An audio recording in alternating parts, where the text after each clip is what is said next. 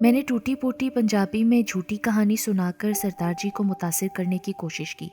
میری جھوٹی کہانی اور ٹوٹی پھوٹی پنجابی زبان کا سردار پر اثر ہوا یا نہیں، البتہ 400 کے لالچ سے اس کی آنکھیں چمکنے لگیں۔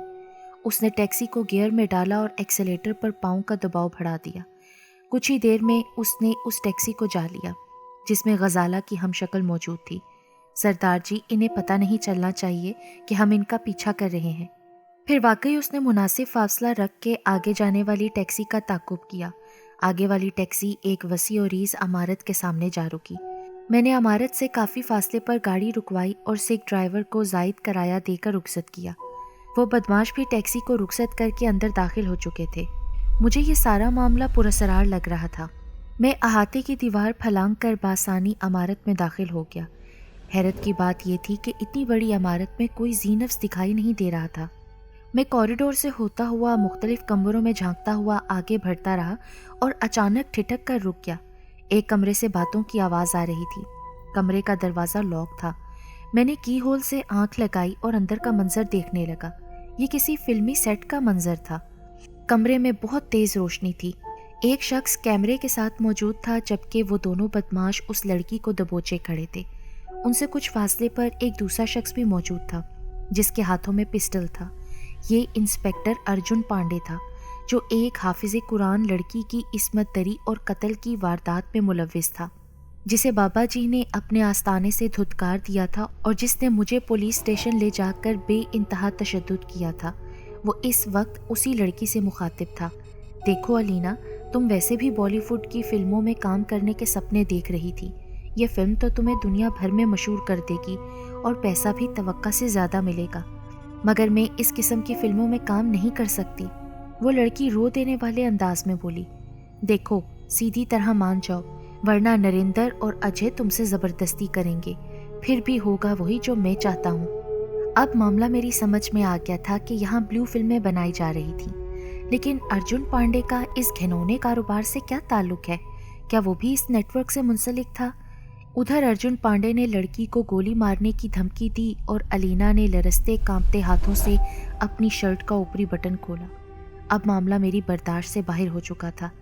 اس سے پہلے کہ میں کوئی کارروائی کرتا، کسی نے پیچھے سے میرے سر پر کسی ٹھوس چیز کا وار کیا۔ میری آنکھوں کے سامنے تارے گھوم گئے اور میں ہوش و خرد سے محروم ہو گیا۔ مجھے ہوش آیا تو خود کو ایک تاریک کمرے میں کرسی پر اس مضبوطی سے بندھا ہوا پایا کہ ہلنے جلنے کے بھی میں قابل نہ تھا۔ کمرے میں تاریکی اس قدر تھی کہ کچھ دکھائی نہیں دے رہا تھا۔ میں کافی دیر تک اس تاریک کمرے میں پڑا رہا، پھر اچانک کمرہ روشن ہو گیا۔ میں نے اپنے ارد گرد کا جائزہ لیا اور کانپ گیا۔ کمرے میں کوئی سامان موجود نہیں تھا۔ مجھے مضبوط رسی کے ذریعے جس کرسی پر باندھا گیا تھا وہ کمرے کے عین درمیان میں تھی اور فرش میں اس قدر مضبوطی سے فکس تھی کہ اسے ہلانا جلانا ناممکن تھا۔ چھت پر لگے ہک سے ایک آہنی زنجیر لٹک رہی تھی۔ سب سے خوفناک بات اس آہنی زنجیر سے لٹکتی لاش تھی جس کا دایاں پاؤں اس زنجیر سے بندھا ہوا تھا۔ زنجیر سے الٹا لٹکے شخص کی پیشانی میں سوراخ تھا جو یقیناً گولی کا تھا۔ کچھ ہی فاصلے پر فرش پر ایک دبلا پتلا شخص بے سود پڑا تھا۔ دیوار پر جا بجا ایذا رسانی کے آلات آویزاں تھے، گویا یہ ٹارچر سیل تھا۔ اگر میرے ہاتھ پاؤں بندھے نہ ہوتے تو اس عمارت کی اینٹ سے اینٹ بجا کر باہر جانا بہت آسان تھا۔ کچھ دیر بعد کمرے کا دروازہ کھلا۔ اندر داخل ہونے والا شخص ارجن پانڈے تھا۔ اس کے ساتھ 35 سالہ دراز قد شخص تھا جو 3 پیس سوٹ میں ملبوس تھا۔ اس کی آنکھوں میں تجسس تھا۔ وہ بغور اس طرح میری طرف دیکھ رہا تھا جیسے کسائی بکرے کو دیکھتا ہے۔ پانڈے، تم تو کہہ رہے تھے یہ بہت خطرناک شخص ہے، مجھے تو اس میں ایسی کوئی بات نظر نہیں آتی۔ رام گوپال، یہ جتنا معصوم ہے اتنا ہے نہیں۔ یہ سرعام پولیس اہلکاروں کو بے ہوش کر کے لاک اپ سے فرار ہو گیا تھا۔ مہاراج کالی چرن کو بھی اسی نے مارا، اسی لیے میں نے اس کے ہاتھ پاؤں باندھ رکھے ہیں تاکہ یہ یہاں کوئی چمتکار نہ دکھا سکے۔ اور غلام سرور، یہ رام گوپال ہے، انڈر ورلڈ کا ڈان اور جرائم کی دنیا کا بے تاج بادشاہ۔ اس کے بعض دھندوں میں بھی اس کا پارٹنر ہوں، جیسے بلیو پرنٹ فلموں کا کاروبار۔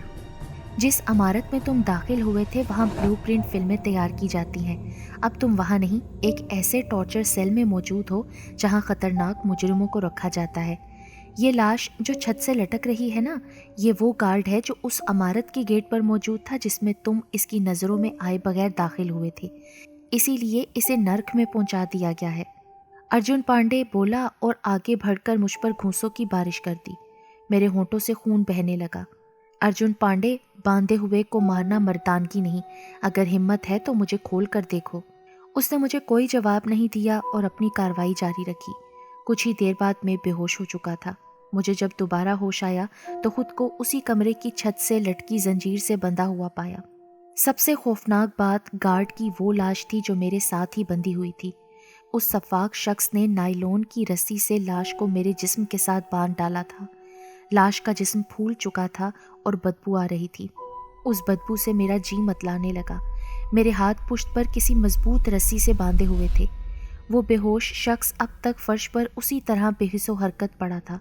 میں سوچنے لگا کہیں وہ بھی مردہ ہی نہ ہو، ورنہ اب تک ہوش میں آ چکا ہوتا۔ مجھے اس طرح لاش کے ساتھ بندھے کئی گھنٹے گزر گئے۔ میرے پورے بدن میں تکلیف کی لہریں دوڑ رہی تھیں۔ میں نے ایک گہرا سانس لیا اور سینے میں سانس روک کر ذہن کو خیالات کی یلغار سے پاک کر کے مراقبے میں گم ہو گیا۔ تکلیف کا احساس ختم ہو گیا۔ نہ جانے کتنے گھنٹے گزر گئے، مجھے کچھ پتہ نہیں چلا۔ لاش کی بدبو بھی میری یکسوئی کو متاثر نہ کر سکی۔ اچانک گولیوں کی تڑتڑاہٹ گونجنے لگی۔ یہ دو طرفہ فائرنگ تھی۔ ایسا لگ رہا تھا کہ جیسے کئی افراد فائرنگ کر رہے ہوں، لیکن میں اس سب سے بے نیاز مراقبے میں گم تھا اور میری سانسیں بند تھیں۔ یہی میری کامیاب زندگی کی ضمانت تھی، ورنہ میں لاش کی شدید بدبو سے بے ہوش ہو چکا ہوتا یا دنیا سے گزر جاتا۔ پھر یہ فائرنگ رک گئی، دروازہ کھلا اور مجھے لاش سمیت زنجیر سے اتار لیا گیا۔ میں نے آنکھیں کھول دیں۔ سامنے موجود افراد کو دیکھ کر میں چونک پڑا۔ یہ طارق اور تنویر تھے۔ ان کے ساتھ ایک شخص اور بھی تھا۔ ان تینوں کے ہاتھوں میں آٹومیٹک رائفلیں موجود تھیں۔ انہوں نے مجھے جلدی سے رسیوں سے آزاد کیا۔ فرش پر پڑے بے سوچ شخص کو تنویر نے اپنے کاندھے پر اٹھا لیا۔ میرے لیے اٹھنا بہت مشکل تھا کیونکہ کئی گھنٹوں سے الٹا لٹکنے کے باعث ٹانگیں اور جسم جیسے مفلوج ہو چکا تھا۔ طارق نے مجھے سہارا دیا۔ یہ وقت سوال اور جواب کا نہیں تھا۔ میں ان کے ساتھ کمرے سے باہر آ گیا۔ کوریڈور میں 3-4 گولیوں سے چھلنی افراد کی لاشیں پڑی تھیں۔ یہ یقیناً رام گوپال اور ارجن پانڈے کے ساتھی تھے۔ اچانک چند فائر ہوئے۔ گولیاں ہمارے قریب سے گزریں۔ طارق اور اس کے ساتھی مجھے لیے ہوئے ایک ہال نما کمرے میں گھس گئے۔ اسی وقت ایک اور آواز گونجی، تم لوگ یہاں سے زندہ باہر نہیں نکل سکتے۔ یہ پانڈے کی آواز تھی جو مائک سے آ رہی تھی۔ پانڈے، جس طرح ہم اس عمارت میں داخل ہوئے ہیں اور تمہارے کئی کتے جہنم رسید کر دیے ہیں، اسی طرح اس عمارت سے بھی باہر جائیں گے۔ میں جانتا ہوں کہ اس عمارت میں صرف تم زندہ بچے ہو۔ طارق نے جواب دیا، یہ ہمیں باتوں میں الجھا رہا ہے تاکہ قانون نافذ کرنے والے ادارے پہنچ جائیں اور ہم کسی چوہے کی طرح اس چوہے دان میں پھنس جائیں۔ بہتر یہی ہے کہ جس خفیہ راستے سے ہم اس عمارت میں داخل ہوئے ہیں اسی طرح باہر نکل جائیں۔ تنویر نے سرگوشی کی اور طارق نے ہاں میں سر ہلاتے ہوئے چند فائر کیے۔ اس کا نشانہ ہال نما کمرے کے روشن بلب تھے۔ کمرے میں تاریکی چھا گئی۔ اسی ہال نما کمرے میں خفیہ راستہ تھا۔ ہم اس خفیہ راستے سے عمارت سے باہر آ گئے، جہاں عمارت کے عقبی سمت میں ایک ہائی روف موجود تھی۔ بے ہوش شخص کو ہائی روف میں ڈال کر ہم کافی عجلت میں وہاں سے نکلے۔ یہ کون ہے اور تم یہاں کیسے پہنچے؟ میں نے بے ہوش شخص کی طرف اشارہ کرتے ہوئے طارق سے پوچھا۔ یہ پروفیسر داؤد ہے، باقی تفصیلات کسی محفوظ ٹھکانے پر پہنچ کر بتاؤں گا۔ اس نے جواب دیا اور میں خاموش ہو گیا۔ ہم بغیر رکے آگے بڑھتے رہے۔ ایک پیٹرول پمپ سے فیول ڈلوایا اور آگے بڑھ گئے۔ ہم رات کے آخری پہر اس عقوبت خانے سے نکلے تھے اور دوسرے روز مسلسل سفر کرتے ہوئے شام کے وقت ایک دیہی علاقے میں داخل ہوئے۔ گاڑی ایک کھنڈر نما عمارت کے سامنے رکی اور ہم بے ہوش پروفیسر داؤد کے ہمراہ اس عمارت میں داخل ہو گئے۔ یہ عمارت ٹوٹی پھوٹی اور خستہ حال تھی۔ کمرے گرد و غبار اور مکڑی کے جالوں سے اٹے ہوئے تھے۔ کافی کوششوں سے ایک کمرے کو صاف کر کے استعمال کے قابل بنایا۔ طارق کے تیسرے ساتھی کا نام سلطان تھا۔ اس نے اپنے پاس موجود بیگ میں سے سرنج نکالی اور پروفیسر داؤد کو انجیکشن لگا دیا۔ کچھ ہی دیر میں وہ ہوش میں آ چکا تھا اور پلکیں جھپکاتے ہوئے بے تاثر نگاہوں سے ہم سب کو دیکھ رہا تھا۔ پروفیسر گھبراؤ مت، اب تم اپنوں میں ہو۔ کچھ دیر بعد ایک جیپ آ کر اس عمارت کے سامنے رکی۔ اس میں 6-7 مسلح افراد تھے۔ یہ بھی طارق کے ساتھ ہی تھے۔ انہوں نے عمارت کے مختلف حصوں میں پوزیشن سنبھال لی تھی۔ اس کا مطلب ہے کہ طارق کا تعلق بھی کسی جرائم پیشہ گروہ سے ہے، میں نے سوچا۔ تنویر، یہ علاقہ بارڈر کے قریب ہے، ہم نصف شب کے قریب خاموشی سے یہاں سے نکل جائیں گے۔ طارق، تمہارے مجھ پر بہت سے احسانات ہیں۔ تم نے 2 دفعہ میری جان بچائی، تم نے مجھے دوست بھی کہا ہے، لیکن اتنے مسلح افراد کی موجودگی یہ ظاہر کر رہی ہے کہ تم کوئی جرائم پیشہ شخص ہو، اس لیے مجھے یہاں سے جانے کی اجازت دو۔ میں نے ان کی گفتگو میں دخل اندازی کی، وہ دونوں چونک پڑے۔ تنویر کے چہرے پر ناگواری کے تاثرات تھے جبکہ طارق مسکرا رہا تھا۔ پروفیسر داؤد فرش پر بے خبر سو رہا تھا۔ اس کی خراب حالت کے باعث سلطان نے پین کلر انجیکشن میں خواب آور دوا ملا کر لگا دی تھی۔ یہ جو فرش پر پڑے ہیں نا، ان کا نام ہے پروفیسر داؤد۔ یہ ہمارے ملک کے مایہ ناز سائنسدان ہے۔ فرحین ان کی اکلوتی بیٹی تھی جسے کرکٹ سے جنون کی حد تک لگاؤ تھا۔ انہی دنوں پاکستان اور انڈین کرکٹ ٹیم کا میچ تھا۔ فرحین نے ضد کی، وہ انڈیا جا کر میچ دیکھنا چاہتی ہے۔ پروفیسر داؤد اس کی ضد سے مجبور ہو گئے اور اسے لے کر انڈیا آ پہنچے۔ وہ کسی معصوم بچی کی طرح خوش تھی اور اپنی فیورٹ ٹیم کو اپنی آنکھوں سے انڈیا کے خلاف ایکشن میں دیکھ رہی تھی۔ خوش قسمتی سے پاکستان یہ میچ جیت گیا۔ دوسرے روز سیمی فائنل تھا۔ وہ 5 اسٹار ہوٹل کی لابی میں موجود تھے کہ انہوں نے محسوس کیا وہاں موجود ایک شخص کی نظریں فرحین پر جمی ہوئی ہیں۔ پھر وہ ان کے قریب آ گیا۔ میرا نام رام گوپال ہے اور تعلق فلم انڈسٹری سے ہے۔ میں اس لڑکی کو اپنی فلم میں بطور ہیروئن مرکزی کردار کی آفر کرتا ہوں۔ اس نے اپنا تعارف کرتے ہوئے آفر کی اور پروفیسر داؤد نے شائستہ لہجے میں انکار کر دیا۔ دوسرے روز وہ میچ شروع ہونے سے پہلے اسٹیڈیم میں جانے کے لیے گاڑی میں سوار ہوئے۔ ابھی راستے میں ہی تھے کہ ایک لینڈ کروزر نے سامنے آ کر راستہ روک دیا اور 4 مسلح افراد نیچے اترے۔ ان میں رام گوپال بھی تھا۔ چیختی چلاتی فرحین کو اغوا کر لیا گیا جبکہ پروفیسر داؤد کے سر پر پسٹل کا دستہ مار کر بے ہوش کر دیا گیا۔ پروفیسر نے ہوش میں آنے کے بعد پولیس سے رابطہ کیا۔ رام گوپال ایک بااثر شخص تھا۔ ان کی کوئی سنوائی نہیں ہوئی۔ چند روز بعد فرحین کی بلیو پرنٹ فلم منظر عام پر آ گئی۔ پروفیسر داؤد نے احتجاج کیا۔ ایسے موقع پر رام گوپال کا دست راست ارجن پانڈے حرکت میں آیا اور ہوٹل کے جس کمرے میں پروفیسر کی رہائش تھی وہاں ایسی جعلی دستاویزات رکھ دی گئیں جن سے یہ ظاہر ہوتا تھا کہ پروفیسر داؤد پاکستانی جاسوس ہے۔ اس کا پاسپورٹ غائب کر دیا گیا، گرفتار کر کے نامعلوم مقام پر قید کر لیا گیا۔ دوران تفتیش ان پر طرح طرح کے مظالم ڈھائے گئے۔ انسانیت سوز تشدد کے علاوہ انہیں نشہ آور انجیکشن لگائے جاتے۔ اس دوران فرحین نے ایک روز موقع پا کر خودکشی کر لی۔ میرا اور میرے ساتھیوں کا تعلق ایک حساس ادارے سے ہے۔ ہم انہیں آزاد کروانے غیر قانونی طور پر اس ملک میں داخل ہوئے، لیکن ہمیں نہیں معلوم تھا کہ پروفیسر داؤد کو کہاں قید کر رکھا ہے۔ اس دوران تم سے ملاقات ہوئی۔